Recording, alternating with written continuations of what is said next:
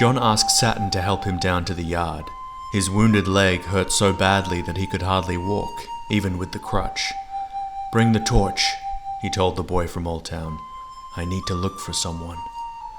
It had been mostly Thens on the steps. Surely some of the free folk had escaped. Mance's people, not the Magnars.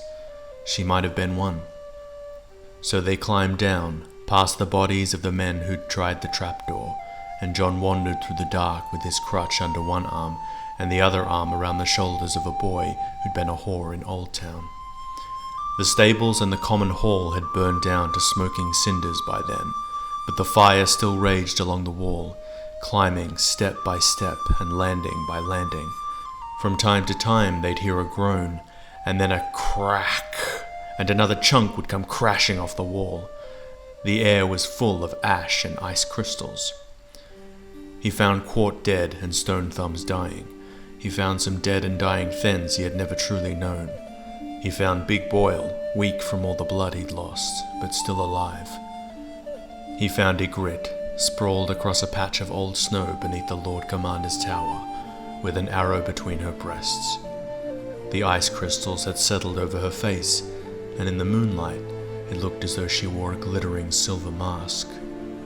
The arrow was black, Jon saw, but it was fletched with white duck feathers. Not mine, he told himself, not one of mine, but he felt as if it were. When he knelt in the snow beside her, her eyes opened. "Jon Snow," she said, very softly. It sounded as though the arrow had found a lung.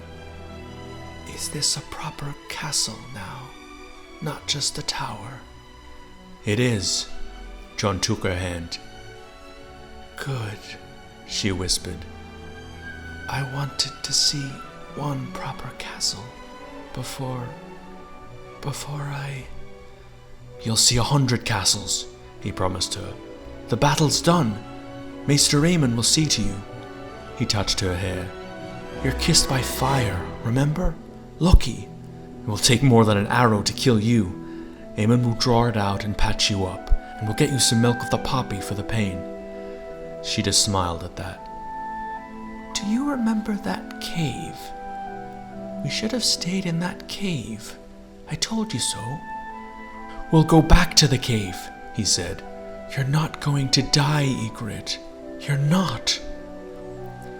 "Oh," Ygritte cupped his cheek with her hand.